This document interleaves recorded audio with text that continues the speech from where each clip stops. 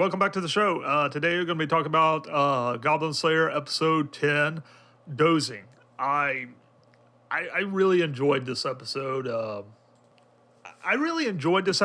though it was kind of, it confirms what I've been suspicious about for a while, that Goblin Slayer is slowly turning into a harem type anime. It's a well done harem. It's not the typical harem. I mean, it's like, it's the type harem I like. You know, they're not generic, they're not your typical girls that are interested in them. They're sophisticated, everything from elf to warrior type class, girls, they're not, ditzy. These are real girls that, the type that you would probably, see in a world like this. I mean, they're pretty well written. I like them. And also you get to see a little bit more about these these platinum, evidently these platinum class heroes. And evidently they've defeated the, what do you call him? The Demon King.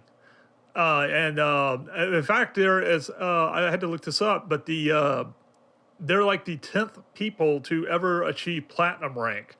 And all during the episode, they're having like this festival, and they show a little bit about that evidently they beat this Demon King. Somehow I'm suspicious about this because, and I haven't read ahead in the story, so I have no idea, but I'm getting the idea that something about the Demon King is truly not dead.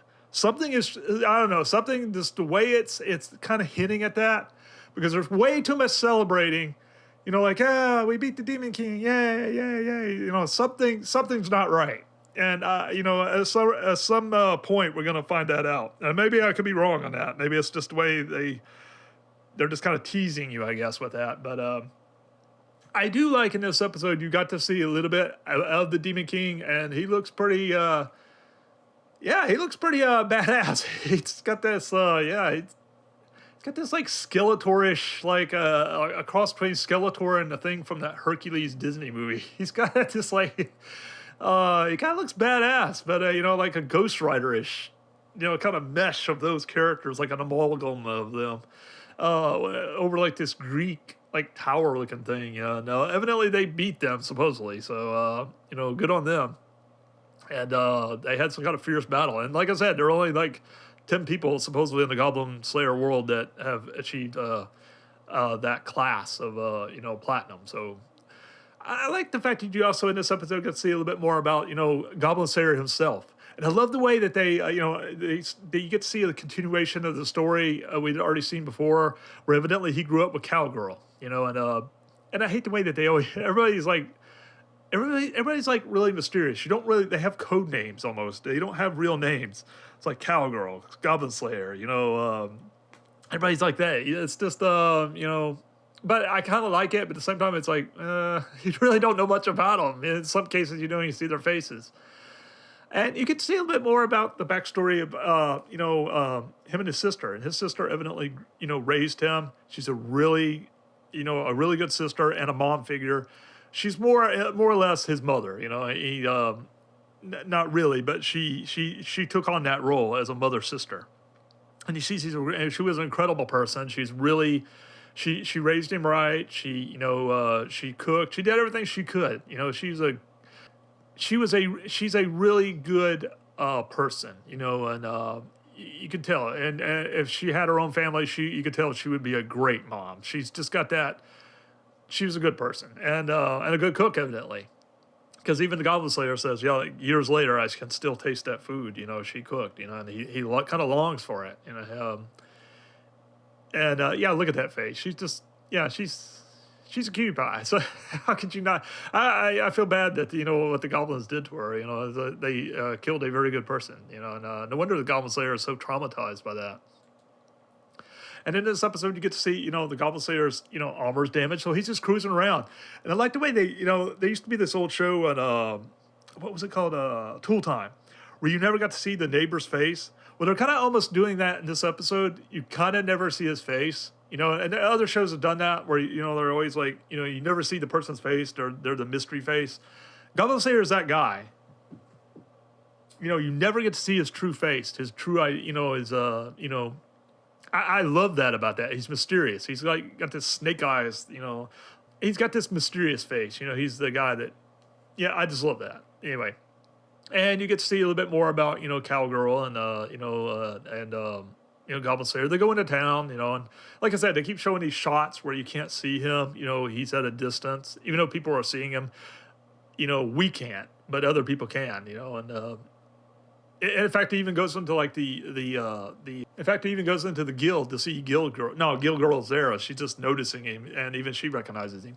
But I notice all the women recognize him, but most of the other people, they don't. They're like out of his armor. They have no clue who he is, and he's talking to a guy that he's talked to all the time, and he's like, "Hey, you're new, stranger." And and he's like, "No, I'm not, I'm not new." But anyway, and but I noticed I can't remember her name, the witch character, and I'm blanking on her name, but anyway, she recognizes him, right off the bat. Like, yeah, there's no new goblin, slaying, jobs today. So she kind of winks at him, like, ha ha ha.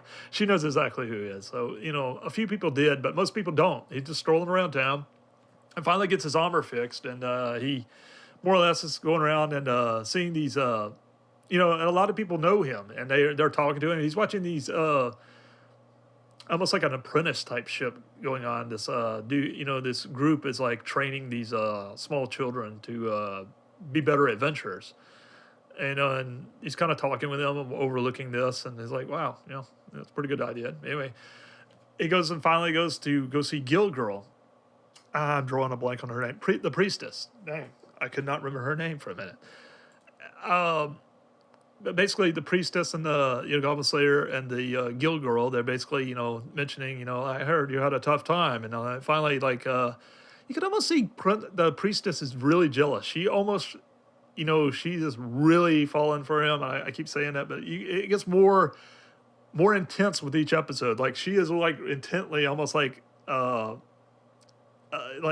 why didn't you contact me? Like, should I have? And like, she's like, and when she mentions stories, she like, she's always at the heart of whatever he's doing, and the only thing I hated in this episode that they really didn't cover, because maybe the original content didn't cover this, but you never know what the priestess does after she, when the Goblin Slayer's not around, because the Goblin Slayer always goes back home to the cowgirl's residence.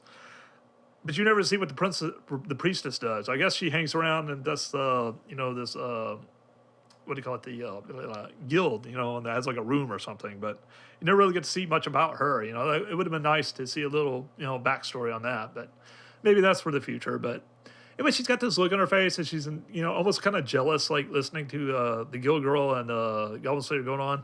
And then she kind of turns and, the conversation goes to her, like, she kind of pipes in like, yeah, he was almost hurt. He was almost killed in this. And like, whether anything else happened. And like, her mind immediately goes to the, the night that the Goblin Slayer and her shared, and is obviously stuck in her brain, like burned in her brain. But anyway, the Guild Girl gives her a letter from the gives her a letter from the Sword Maiden, which evidently she, later we find out that she reports that she's doing a-okay. Actually, and like in the last episode, her dreams, she no longer dreams about the goblins. The Goblin Slayer has actually helped her. She sleeps easy at night. She, just by him helping her, he helped her long term. You can tell, because she's kind of pretty much over her trauma. She was kind of still living with that trauma somehow. Just him helping her and then like talking to her. She no longer, has nightmares. She's kind of moved on. She's improved. She's doing better, and she wanted to let him know that. And I thought that was pretty cool. I still really haven't forgiven her on the last episode, because I feel she is still a selfish character. I get it. She's had some problems, so you got to give her a pass. But still, at the same time, I think a little bit less about her. If you don't know what I'm talking about, look at the previous episode. She's not a bad character, but she does, like most people, she made a bad decision, some bad decisions. Anyway, and I like how eventually this episode turns into indeed a harem episode, because all of them end up, let's go out to eat to lunch, and so they all decide to go out and eat for lunch, and next thing you know, like cowgirls and be invited, guild girl, the priestess, and the archer elf, and all of the regular gang is all just eating around. They're cutting up and having fun, but eventually the conversation, the other guild trainees and them show up, and the Goblin Slayer is kind of watching them and observing them. Well, eventually, Guild Girl comes up with the mentions that they're trying to start a school, like a Harry Potter-ish apprenticeship training program for like older adventurers to, once they get too old to go adventuring, to kind of train new adventurers. And you can tell that Cowgirl and Priestess are like really into this idea because they're worrying for because they know at some point he's not going to be able to do this forever. He's eventually going to get too old to do it. He's not like one of these elves or whatever. He can live like 100, 200, 300 years and still be able to do the same thing. Although I'm getting the sense that there is something supernatural about him. But so maybe he can. I don't know. Maybe there's something they don't know. But anyway, she kind of pops this idea out there, and that kind of gets the priestess and the cowgirl thinking about this, like, well, and as a matter of fact, the, cowgirl, kind of, you could tell she's like really heavily into her mind. She's, for the next several minutes, she's in several scenes, as she's walking around and talking to the Goblin Slayer, it's heavy on her mind, But before I mention that, I also like the fact that the drinking contest between the archer elf and what's his name? The dwarf shaman. I thought that was awesome. Just to look on her face, like having a drinking contest. This is hilarious. Just I want another drink. I can take it. Which ultimately she ends up losing, which is even more funny. But anyway, I just thought that was kind of cool.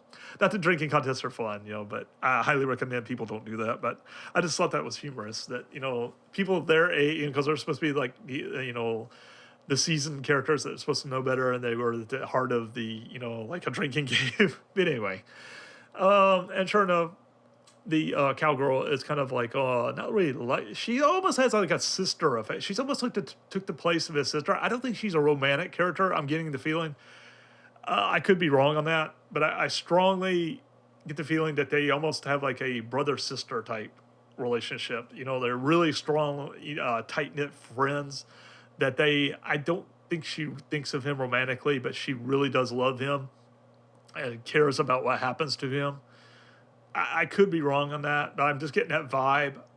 But then again, maybe I'm wrong, because in the next scene you see she gives him a lap pillow. So I don't know, but I still get that sense that I don't think she thinks of him in a romantic way. She loves him, but I don't think she thinks of him romantically. And by the way, I love it when animes have the lap pillow scene. I don't know why that is. I'm really into those things. I don't know why. There's more romantic ways to express love, but for some reason, I just love those scenes. I wish, I wish more girls would get the memo to do that for guys. There's something really super romantic about that. Guys love that. I don't know why. I couldn't tell you why. I could come up with some reasons, besides the obvious reasons that would pop up, but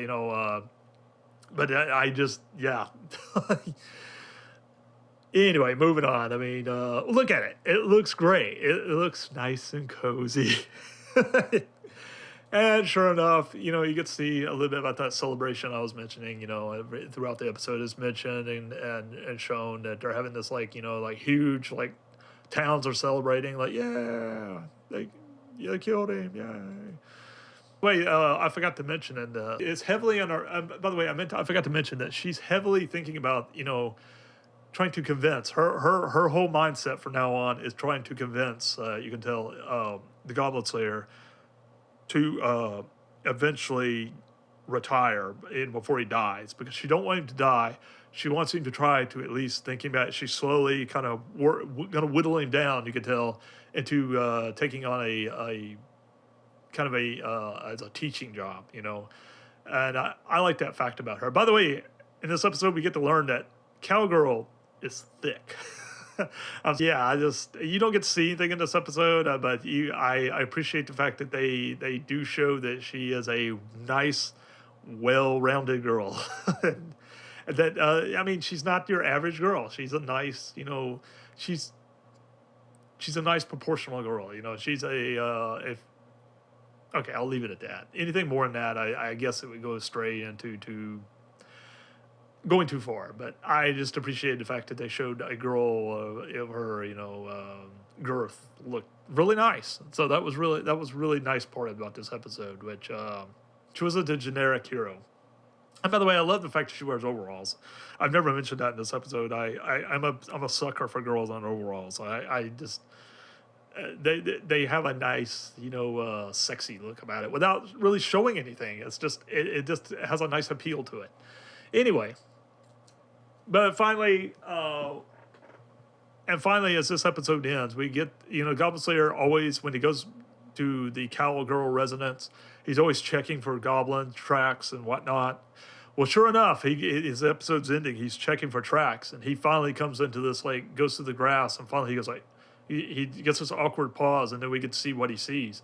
Evidently, there's in the next episode going to be a ton of goblins around her area, and because it ends really, as you see, it's there's a bunch of them, and I don't know if they're pursuing him, or if they're just back in the area, but obviously the Goblin Slayer is going to do something about that. He's not just going to let that, sit down. Oh, well, look, goblins.